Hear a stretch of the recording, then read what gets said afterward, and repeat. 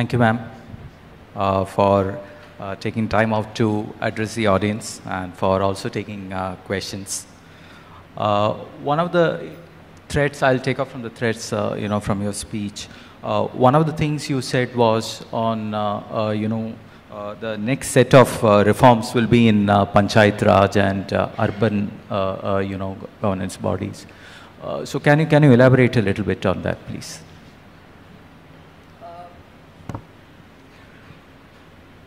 Well, I think in the last 20, 30 years, or even since 1991, whether it is urged by the IMF, or whether the country itself has been working towards wanting to reform India's economy, bring in reforms in various aspects of the economy, it's always been addressed to the center. Now, during the COVID and also a little afterwards, we've been working with the states to say, if there are things that we can extend to the states, we would extend, but certainly, would you mind taking up some reform in the power sector? Would you mind taking up some reform in the one nation, one ration card? And so on. And many states have enthusiastically come forward, and not only come forward, now they are in a position to say that has helped them. So if that is the way in which we could go to the states, it's also now the time for taking it down further, because eventually when businesses have to start or investments have to come, they have to be grounded somewhere. And that is at the level of some village, at the level of some periphery in a city.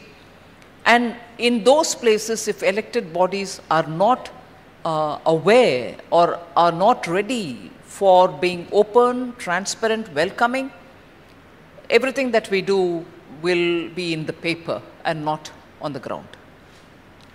So one set of, I wouldn't use the word demands, I would say suggestions, which people have as far as the next generation of reforms is concerned, are direct tax reforms.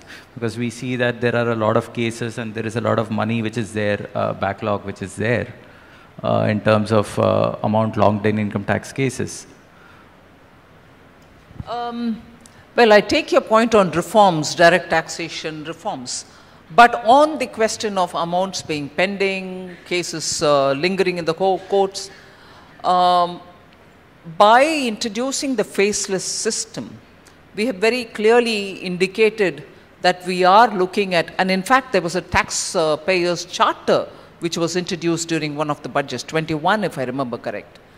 So I'm not closing anything to do with the reforms, but the question of, monies being held there or in the courts, the question has been partly addressed by the fact that we said cases cannot be opened beyond 6 years.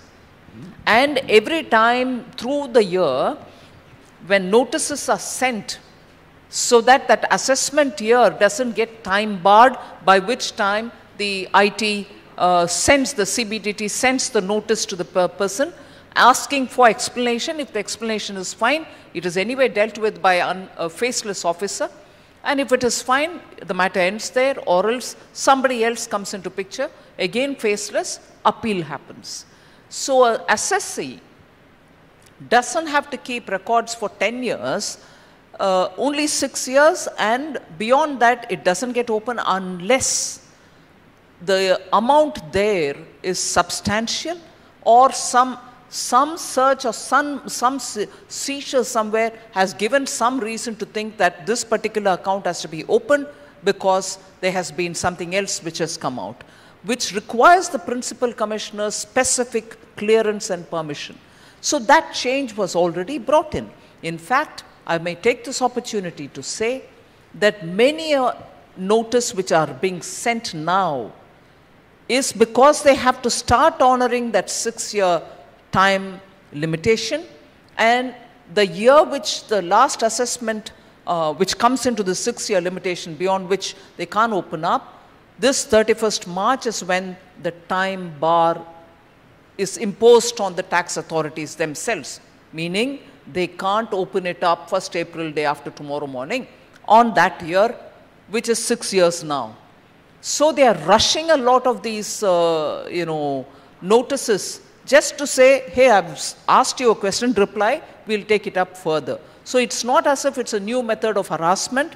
It is because the compliance for the board itself is now getting time barred, and they have to access people for whom information is not readily available. There is also another dimension. I'm sorry I'm taking a bit of a time on this. There's also another dimension here. If, for instance, you've been in the manual process of keeping your accounts with the CBDT, and the CBDT maintained a manual account of yours, till a certain year it was so, the conversion started happening. But in some areas and in some years, if the details are still in manual form, they are now being digitized, and therefore question comes to you once again to say, look, we don't seem to have this patch of information about you, would you fill in? And if you fill in, that's the end of the story. But that is not a notice which has come to you because there's a suspicion. It's more the gap in data because of the transfer from the manual to the digital. So these are reasons why before 31st March, you have a flurry of notices going. So the changes are happening in direct taxation, but I take your point on reforms. You touched upon the North-South divide. One area where we can see that is in fiscal federalism, because it is increasingly becoming a contested area, especially when it comes to the southern states. One can argue part of it is politics, but then there are also some asymmetries in demographics and economic development. And some experts are suggesting that fiscal federalism has weakened after the Planning Commission went away, and now it rests on only one pillar, the Finance Commission. I mean, how do you think, what are your views, and do you think there are fault lines here that need to be resolved? So I would want journalists to put the facts out. Planning Commission strengthened fiscal federalism? Sorry, it was not even a statutory body. It was a body just like that, dispensing huge sums of money, meaning saying this state should get this kind of a project, that, and states came begging to the Planning Commission. Prime Minister Modi hated that. He said, why should we are elected governments, why should we go begging to the Planning Commission? Because it's not even an authority. And therefore, when the true purpose of that kind of a planning body was brought back in the Niti Aayog, you're a think tank for the government. Give us the advantage of which project to do regionally, or which projects to be taken up because of a concept, or which is the way in which we attract newer businesses, which are the states which have new leverages which they can use up, and which are the states which have to be reached out to because they have inherent challenges, and so on. So the idea of a planning body was restored, I would think, in the Niti Aayog, and the idea of elected state governments coming to the center, not to the central government, but to a body which was not even a statutory body, saying, please allot us, that was outrage. We lived with outrage for a very long time, and I think it is right that has been changed. I don't think it adversely affects the fiscal federalism of the country.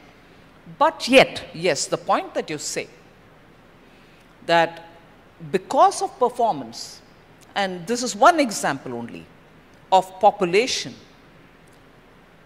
the weightage given for population-related matters in the Finance Commission's basket probably is more, proportionately more than others which deserve that kind of attention. So the states will have to negotiate with the Finance Commission, speaking about the earlier system and seeking something else better now, equally as much as the labor which comes from states such as Bihar, Jharkhand, Orissa, wouldn't come if they were also as efficient as the other states were in terms of population. So I'm not weighing in on one or the other much more than I should. But yes, I also come from the south. I understand in certain areas efficiencies have come in on a larger scale. That which efficiency probably doesn't exist in some parts of north. But that doesn't mean that we can speak in these terms of North and South. Each state has its own strengths. Each state has its own contribution to the GDP of this country. We need to pep all of them up. But the language used is very separatist, and I object to that. It's a big business now that the states will have to negotiate better with the Finance Commission to make them formulate something which will be fair and just. Because of this deteriorating, I would say, center-state relations, maybe not with all states, do you think it kinds of takes away from the efficiency of the capital expenditure projects in terms of implementation, as in we get less bang for the buck? If states and center work together, I mean, because they are responsible for the last mile connectivity, the last mile implementation, wouldn't it be better? I mean, how do you ensure that? Deteriorating center state? I'm sorry. Not at all. It's completely politicizing center states, and some states do it unabatedly, and they also approach the courts, and the courts, thank God, in this country speak the truth. And I take each such opportunity to go to the court with a document to tell them what has been done. Where has the discrimination been, if at all? I explained it in the court. Courts see it. So, deteriorating is not a language I want a fair-minded journalist to use. Politicizing center state, yes, you may want to say it, I'll also join you on it. So, sticking, in terms of capex, see, the government has been really pushing the pedal on capital expenditure, and you said that the emphasis will continue. But at the same time, you have also been signaling to the private sector to be more proactive in making fresh investments rather than waiting for a further improvement in demand conditions. What is the trend that you see here? What is the... private sector investments. No. What is the dash that I see here? The trend. The trend. I think we are losing out in terms of seeing where it is happening by seeing where it is not happening. Private sector is going in a big way in the new renewable energy sector. Private sector is also taking high risks, also looking at hydrogen, the green hydrogen, ammonia, semiconductors. Imagine 3 semiconductor investment over 1 lakh crore to start with. Private sector. That's not government investment. So actually, all of us will have to now be ready to look at sectors where private sector in India has already come forward, invested, shown that appetite to take high risks, and not keep looking at only integrated steel plants. Are they coming to do more on aluminium? Yes, that is also happening. Coal gasification is also happening through private sector. So I think India's private sector is investing in areas which are giving a newer investment opportunity, risk-ridden, but they are coming forward. We should start looking there and counting those. Which are the sectors you should think that I would say semiconductor, green hydrogen, solar, renewables, and also looking at materials, rare earths, genomics. They are there. AI. And also in medical diagnostic equipments, bringing back API into this country, which we lost out on. APIs are now, and also the key pharmaceutical producers. These are now new areas in which India's private sector is going in a big way and investing. That which was almost taken away to China from India, who were leaders in API, today are back. These are only private sector activities. So that is investment, but private consumption growth has also, not really... Oh, you didn't ask me on private investments. You did? So on consumption growth has also not really, it has been kind of suppressed in the last few quarters. I mean, what is your view on that? I don't want people to look at it month on month and keep asking the same questions. You think 8% growth would have been possible in 3 consecutive quarters if there was no consumption happening? I'm afraid we are becoming easily lazy in looking at data. We want to look at month on month for something which is already printed in red, but we are not willing to see the overall year picture. Otherwise, India couldn't be growing at the rate at which it is growing, whilst the world, rest of them are putting all energies and they're just not able to rise. The global situation is very volatile, very uncertain, very, very complex, the VUCA factor. Volatile, uncertain, complex, and absolutely unpredictable. So we need to understand that if that's the situation outside, how are we lasting the way we are lasting? Even among emerging economies, we are actually doing much better. Countries, emerging economies, which have quite a few strength because of the product, the commodities that they have, the wealth that they have in terms of the commodities with which they can bargain. We are not even in that league in terms of the commodity richness. We still import a lot of our main requirements, but still we are the fastest growing. If you don't mind, I will say this. We should get out of this self-depreciating, depreciating attitude and stand up and say, yes, it's possible for India. You don't need to hype the situation. But running ourselves down, enough. We have to get out of this. Believe in ourselves. We can deliver.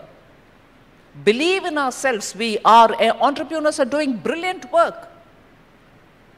So we need to have that backbone to say, yes, we will do it. We are doing it. We can take it further. So that question was asked more in terms of trying to understand what will be the drivers of growth, in the future. I mean, this year, as you said, we are looking at 8%, the just ending financial year. But if you have to look at the forthcoming financial year, I mean, what do you think will be the next big driver? I mean, let's not just look only at the next financial year, but over the next 5 years. I've fairly elaborated on those issues. If you're going to empower the women of this country, the youth of this country, and the farmers are given the strength, you're going to have agriculture, the rural areas all developing. And let us not forget the numbers here. By 2030, you're going to have 70 crore Indians in the middle class, meaning middle income group with purchasing power in their hand. And that 70 crores of 2030 will touch 100 crores by 2047. Middle income group with that kind of number will have to consume. They will have the purchasing power for you to produce things which they can buy. And if you're strengthening the rural areas, strengthening the youth, strengthening women, giving them skills, the drone Didi is a massive success because women are volunteering to get themselves trained. And that is going to have a very big mindset impact in the rural India, where women holding drones and controlling them, spraying fertilizers, assessing the density of the crop on the ground. These are all not small things. What you couldn't achieve during the socialistic era, in terms of empowering people, well, good try, no harm, is now getting done by the adoption of technology among women, by use of mobile phone among women. A small vendor of vegetables locally grown in her farm attains a lot more satisfaction looking at not just the income, but the way in which it's getting accounted for through her phone instantly. The mindset change when women use phones, when women use drones, and also that they are earning money, are all big ticket reforms in the ground, in the villages, and these are going to have a lot of ripple effect, I would think. Switching topics slightly, ma'am, the Indian capital market has done well in recent times, but SEBI has cautioned about froth in certain parts of the market. Similarly, the RBI governor has also cautioned about, has raised certain concerns about unsecured lending. I mean, what is your view? Are you concerned about overheating or asset bubbles? Well, I think the regulators speak on those matters. I, for one, would not say any further than saying that the Indian markets, even during great volatility outside, have held their own. Where there's need for a course correction, they've done it on their own. And also making sure that the way in which they handle it has also been very uniquely to India. The regulators will have to do their job. I'm not undermining that. But I think Indian markets have been lots more saner. Problems of overvaluation, is it short duration, is it froth, is it bubble, all that debate can go on. And silently, I'm sure the regulators will handle it. So the government has done well to bring back financial stability, you know, especially after the days of the twin balance sheet crisis. However, in public sector banks, do you think certain reform agenda are unfinished? I mean, what are your thoughts? No, private sector banks are now being nudged to be a lot more professional in handling their affairs. There are small asks from the institutions themselves because they would like to recruit people from the market at that kind of a rate, whether that is going to happen, because ultimately we want high quality professionals running the banks. The banks have now come to stand on their own. They are able to go to the market, raise monies for their developmental activities. They are no longer looking at government to infuse capital every year. So those will continue. Okay. And globally, you know, global bond markets are pretty excited about India. However, you know, you have been very cautious to do anything, you know, to facilitate inclusion of Indian bonds in global indices. Can you explain the thinking behind that? As in, we haven't like really gone out of the way to ensure that this happens. There are two things which I'll just give as a broad observation. India may not necessarily be the bond kind of a question, but the fact that our external borrowings have always been well within the limit, and we still address issues of concern within the country, is a fact that we'll have to bear in our minds. Two, the participation in our bond market is a lot more buoyant nowadays, even within India. All right, we've opened up to an extent. We'll watch that space. We're not close-minded about anything. Right. Ma'am, can we take some questions from the audience? Questions. Yes. Good evening, ma'am. Right here. So, ma'am, as an education entrepreneur who's setting up schools in tier 2, tier 3 cities, one of the main constraints in the industry is access to private capital, which is capped because of the trust and society structure. Now, when we speak about Viksit Bharat, the whole dream of demographic dividend will be realized if we provide enough skills to the young, for which we need quality schools to really exponentially grow. For that, private capital would be needed, especially to solve the real estate problem, which is the first problem when you set up incremental schools. So is the government thinking of allowing private limited companies to set up schools and or allowing FDI into the school space to answer this problem? Well, I think the new education policy somewhat addresses this issue, but not the core issue of trust and society format with which education institutions have to be run. And it is that specific issue that you are raising. I can see a lot of difference playing out in the way in which education is expanding in India, and the new education policy to a large extent has infused quite a lot of oxygen into the system. But on the core issue of whether we are going to be able to get out of that requirement of a society or a trust as a prerequisite for education institutions, I'll have to wait and see how the HRD is going to handle it. So let's see. Thank you, ma'am. Thank you for your inspiring words. I must say, all the work which you're doing, we're all beneficiaries of it sitting in India. The one question I had for you, you spoke about VUCA world, right? I mean, people, and geopolitics has never been more uncertain and volatile as it is today. Now, we are fairly insulated, but there's one thread where we do connect with the world, which is oil.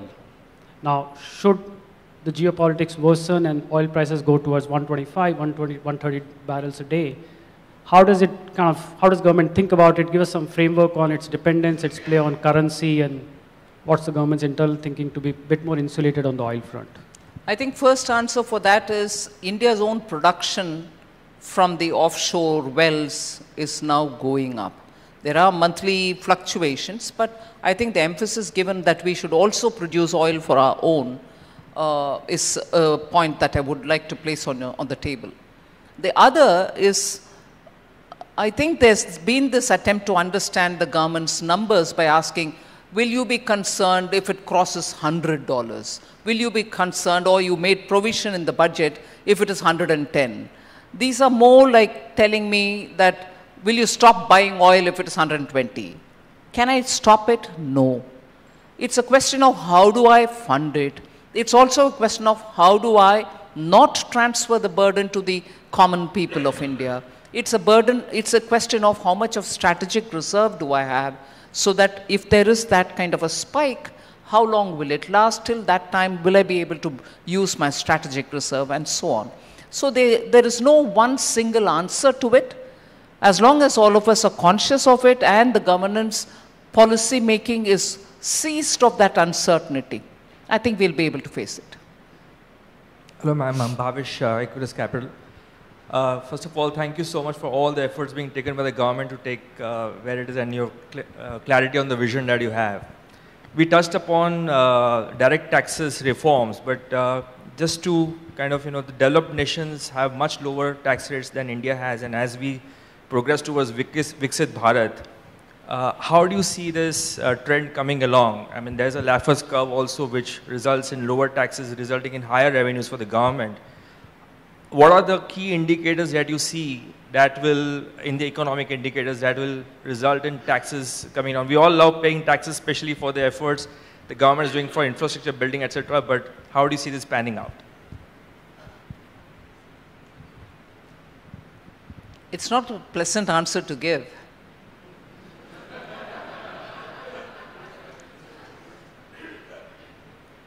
Where exactly are taxes far lower than India? I'm talking of the direct taxes. US is an example people quote me very often. Every state in the USA has its own tax, the federal tax. I sat once over a week to see how the 50 states of United States taxes. In some cases, it is beyond 80%, both put together. I'm not saying I'm imitating or copying one country or the other.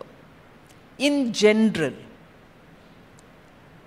this idea of India's taxes are very high. And I don't want to say I won't consider any further reduction at all, God knows. Meaning July budget will have to take on board all these voices that you hear. And whoever the finance minister will present it in July will have to keep that in mind.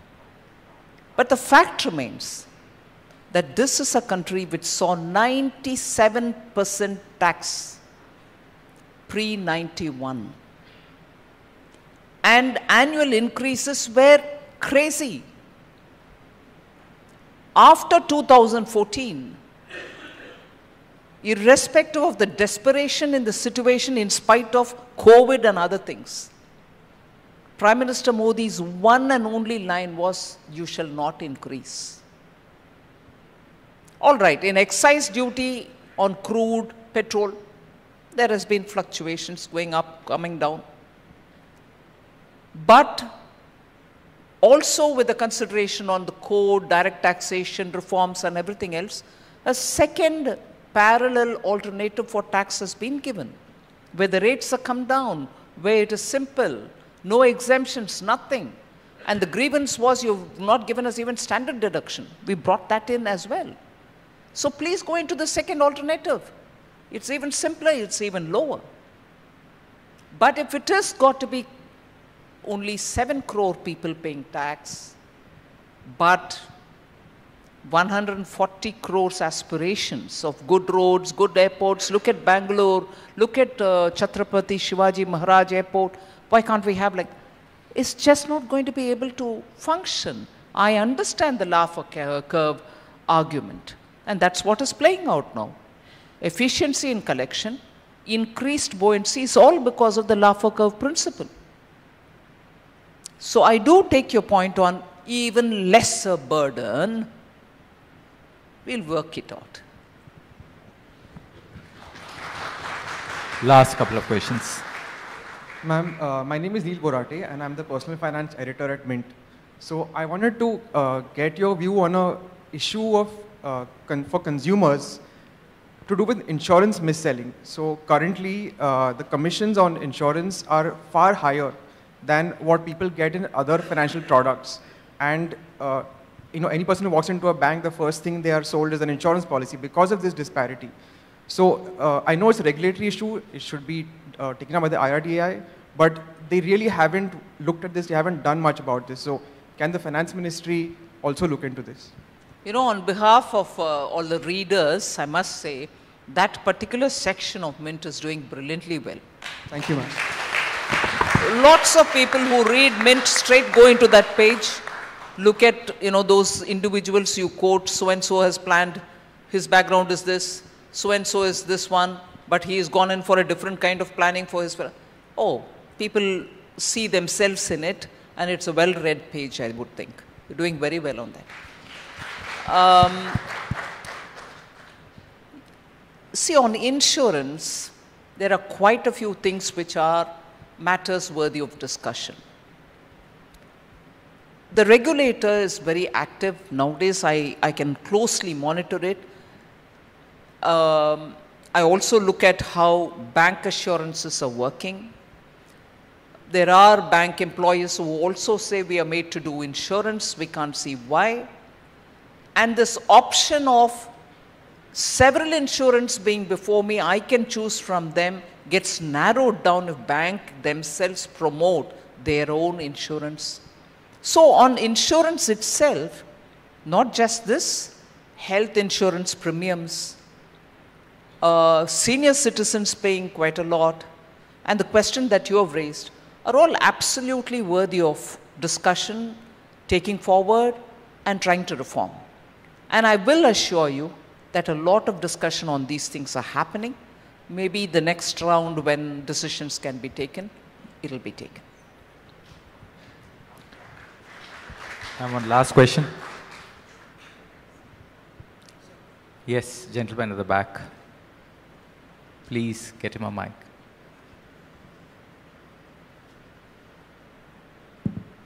Ma'am, thank you for your address. You had talked about Viksit Bharat. We are all talking about 2047. Now, the key question is, you mentioned some states, the eastern states, eastern UP, Bihar, Jharkhand, West Bengal, and to a certain extent Orissa, and maybe the northeast.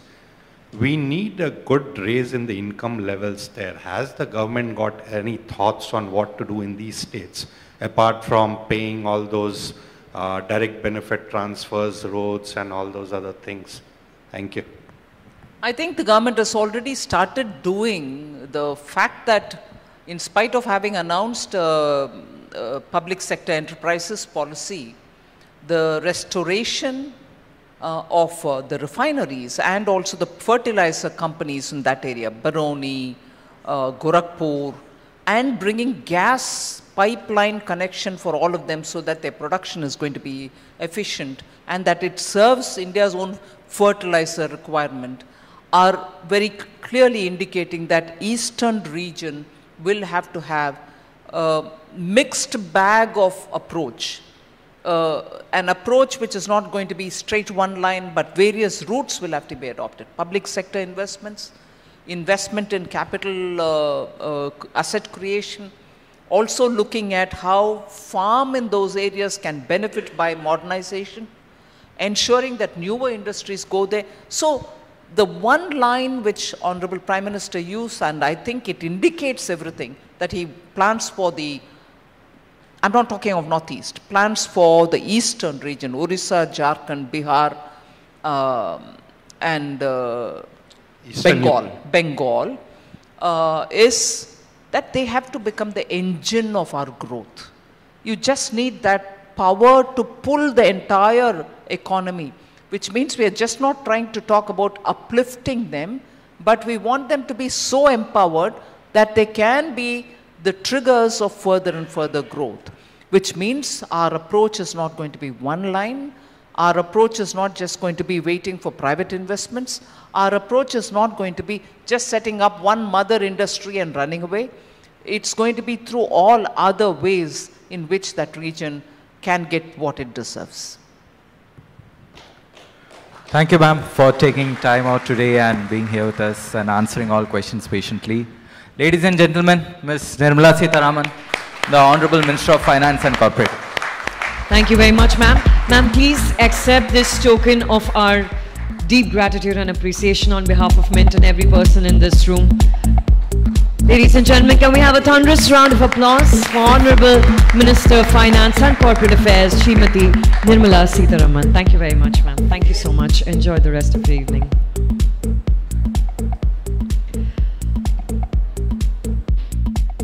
Stay glued to your seats. I have